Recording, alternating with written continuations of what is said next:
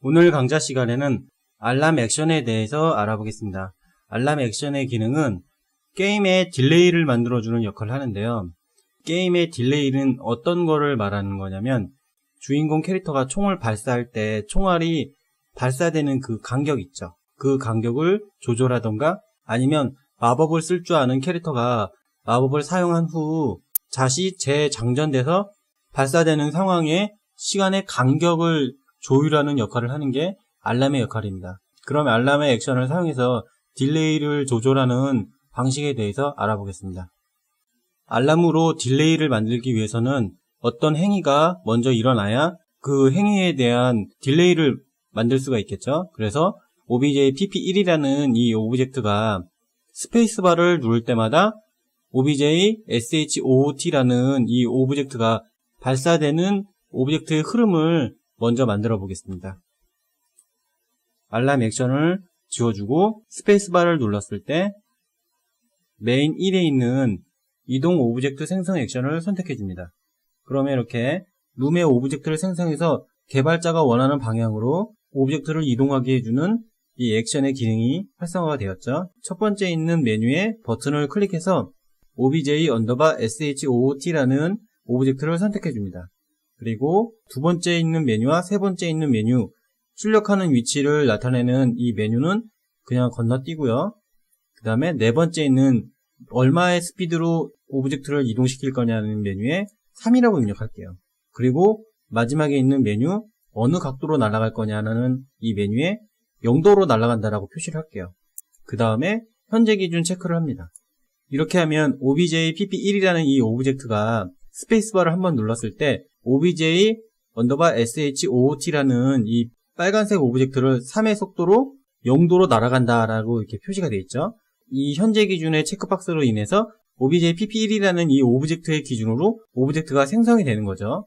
그럼 여기까지 의도대로 구현이 되는지 테스트를 통해서 확인해 보겠습니다. 그럼 스페이스바를 눌러 보겠습니다. 누르면 이렇게 빨간색 오브젝트가 0도 방향으로 이렇게 3의 속도로 날아가는 걸 볼 수가 있죠. 그럼 이제 스페이스바를 연속적으로 눌러볼게요. 연속적으로 눌러보면 빨간색 오브젝트가 이렇게 누르는 것만큼 생성이 돼서 오른쪽으로 날아가는 걸 볼 수가 있어요.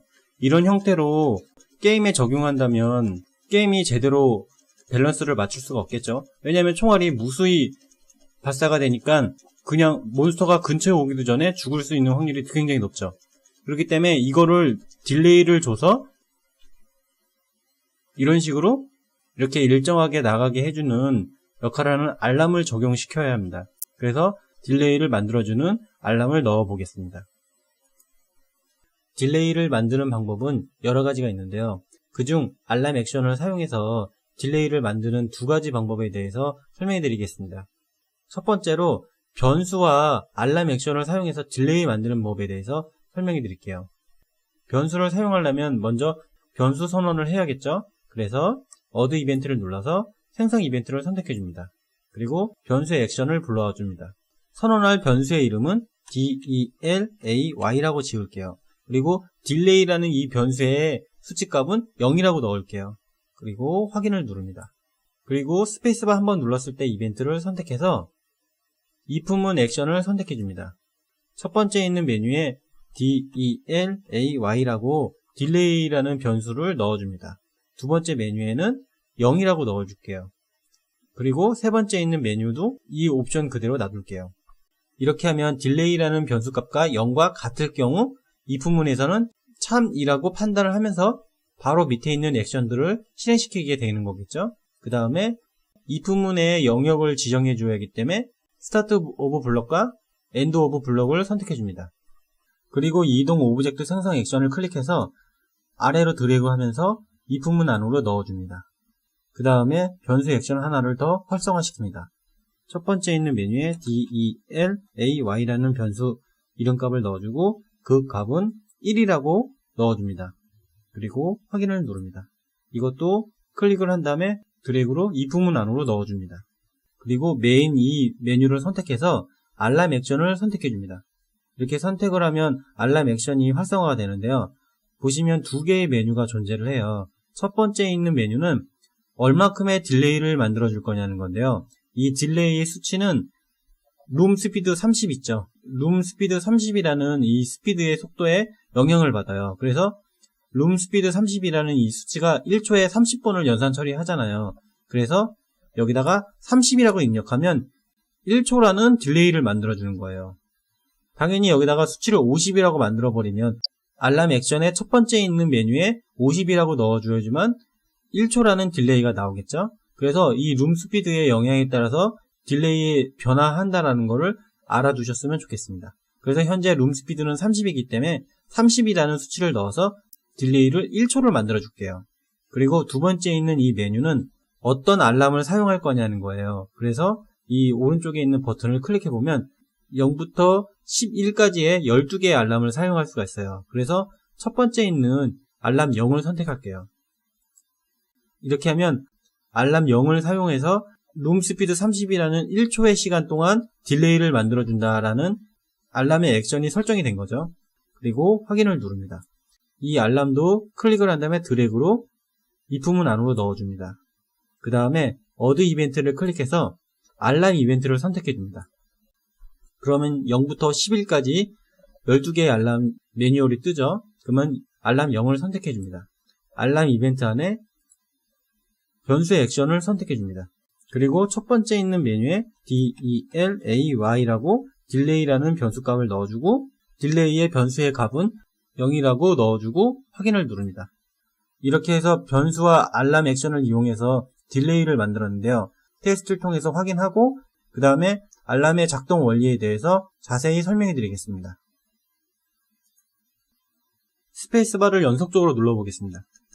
이렇게 연속적으로 눌러도 빨간색 오브젝트가 일정한 방향으로 일정한 속도로 나가는 걸 볼 수가 있죠. 이렇게 처음에 테스트했던 것과 다르게 일정한 간격으로 알람이 적용이 돼서 발사가 되는 걸 알 수 있었습니다.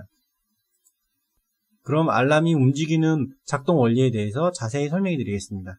지금 오브젝트의 흐름이 스페이스바를 한번 눌렀을 때 obj shoot라는 이 빨간색 오브젝트가 0도의 방향으로 3만큼의 속도로 날아가고 있잖아요. 이거를 조율해주는 역할이 이 if문이죠. if문이 delay라는 이 딜레이라는 변수가 0과 같을 경우 실행이 됩니다. 실행이 돼서 스타트 오브 블럭과 엔드 오브 블럭 안에 있는 액션들을 차례대로 실행시켜줍니다. 그래서 첫 번째 있는 변수 액션을 실행되면서 딜레이라는 이 변수가 1로 변하면서 스페이스바를 눌러도 딜레이라는 변수가 0과 같을 경우 참이 되면서 영역 지정이 되어 있는 액션들이 실행이 되어야 되는데 0이 아니기 때문에 참이 아니잖아요. 거짓이기 때문에 실행이 되지 않아요. 그래서 연속적으로 실행이 되지 않는 상태가 만들어지는 거죠. 그래서 딜레이가 1이 되면서 한 번만 실행되는 거죠. 그래서 두 번째 있는 이동 오브젝트 생성 액션을 실행시켜줍니다. 실행되면서 obj shoot라는 오브젝트를 생성하고 3의 속도로 0도의 방향, 오른쪽 방향이죠. 오른쪽 방향으로 obj pp1이라는 이 검정색 오브젝트를 기준으로 생성돼서 발사가 됩니다. 그 다음에 알람 이벤트를 실행시킵니다. 그럼 알람 액션의 첫 번째 있는 메뉴가 실행이 되는데요. 첫 번째 있는 메뉴가 룸 스피드의 속도에 맞춰서 딜레이가 생긴다고 그랬죠. 그러니까 룸 스피드는 30이니까 그래서 알람 액션은 30이라는 수치가 1초 동안 딜레이를 가지게 되는 거죠. 그 다음에 두 번째 있는 메뉴 알람 0에 있는 거를 사용한다라고 알람 액션이 실행이 되는 겁니다. 그런데 여기서 중요한 개념이 나와요. 두 번째 있는 이 메뉴 있죠. 알람 0이라는 메뉴. 이 메뉴가 이 30이라는 딜레이가 끝났을 경우 컴퓨터는 자동으로 알람 이벤트를 실행시킵니다. 그래서 알람 이벤트에 있는 변수 액션을 실행시켜줍니다. 그러면 딜레이라는 변수값이 0으로 변화하라라고 이렇게 명령을 내렸죠. 그래서 딜레이라는 변수가 0으로 변하죠. 이렇게 변하면 다시 스페이스바를 눌렀을 때 딜레이라는 변수가 0인과 같을 경우 참이 되니까 다시 이 영역 안에 있는 액션들을 실행시키게 되는 거죠. 그래서 이 흐름으로 딜레이를 만들어주게 됩니다.